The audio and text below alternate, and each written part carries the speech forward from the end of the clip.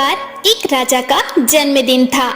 जब वह सुबह जागा तो उसने खुद को ये वचन दिया कि वह आज किसी एक व्यक्ति को पूरी तरह खुश और संतुष्ट करेगा। ये सोचकर वह अपने राज्य में घूमने निकल गया। रास्ते में उसे एक भिखारी दिखाई दिया। वह नाली में कुछ ढूंढ रहा था। राजा ने उससे पूछा, क्या कोई कीमती चीज खो गई है? भिखारी ने कहा कि मेरा तांबे का एक सिक्का नाली में गिर गया है, वही ढूंढ रहा हूँ। राजा ने उसे चांदी का एक सिक्का दिया और सोचा कि अब ये भिखारी खुश हो जाएगा। भिखारी ने चांदी का सिक्का लिया और अपने झोले में डाल लिया। वह फिर से नाली में तांबे का सिक्का खोजने लगा। राजा ने सोचा कि शायद ये बहुत गरीब है। उसे फिर बुलाया और इस बार सोने का सिक्का दिया।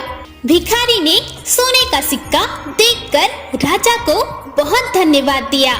वह बहुत खुश था, लेकिन उसने वह सिक्का लेकर झोले में डाला और फिर से नाली में जाकर तांबे का सिक्का खोजने लगा।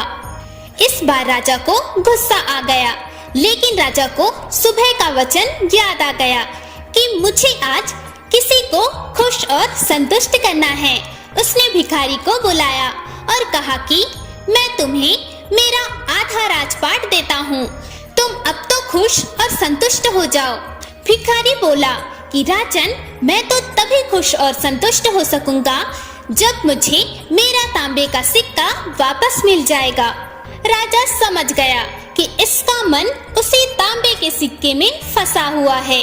उसने सैनिकों को बुलवाया और उसका सिक्का खोजने का आदेश दिया। सैनिकों ने कुछ ही देर में वह सिक्का खोजकर भिखारी को दे दिया। सिक्का पाकर भिखारी खुश और संतुष्ट हो गया। दोस्तों, इस कहानी से हमें यह शिक्षा मिलती है कि अधिकतर लोग उन चीजों को पाने में लगे रहते हैं जो उनके पास नहीं होती है। जो चीजें पास होती हैं उनकी ओर ध्यान नहीं देते। यही दुखों का मूल कारण है। हमें इससे बचना चाहिए। हर हर महादेव।